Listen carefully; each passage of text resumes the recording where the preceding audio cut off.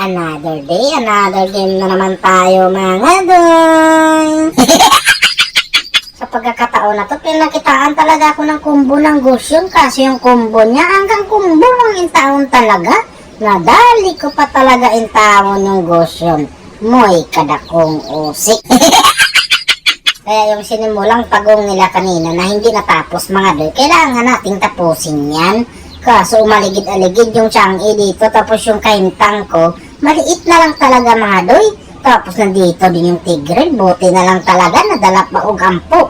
Kaya yung pinaghirapan ko, nakuha ko talaga. Napakalaki swerte ko mga doy, Dumala na pala ako dito sa bandang Expelin, kasi yung Expelin namin dito, kare mga doy. Kung tutuusin lamang siya dapat dito Pero ito muna tayo mga doy. Napakaganda ng ginawa ng Tigreal doon.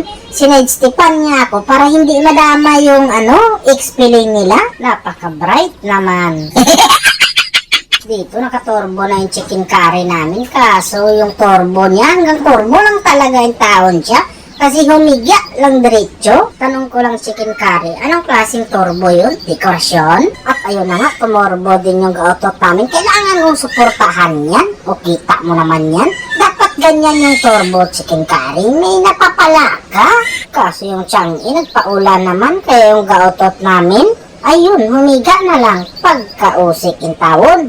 Kaya ang ginawa ko dito mga doy, pinuntahan ko yung chicken curry dito. Kahit yung kapiranggot, yung kahintang ko, ay susukulin ko yan. Tingnan natin kung saan hanggang kaya niya. O bakit tumiga ka dyan? Sa tanglad, tinago ka? Dito, inatake na naman namin yung pagong na to. Kaso ang galing din talaga ng ginagawa ng Tigreal dito mga doy. Sarap talaga niyang palahian sa totoo lang. Pero buti na lang din talaga, magaling din yung gautot namin. Tapos yung Gosyon nila, iwan ko kung anong klaseng mga kumbo niya. Kita mo yan, kumbo na naman yung taon siya. Kaso yung pagkakumbo niya, parang dekorasyon pa rin naman talaga.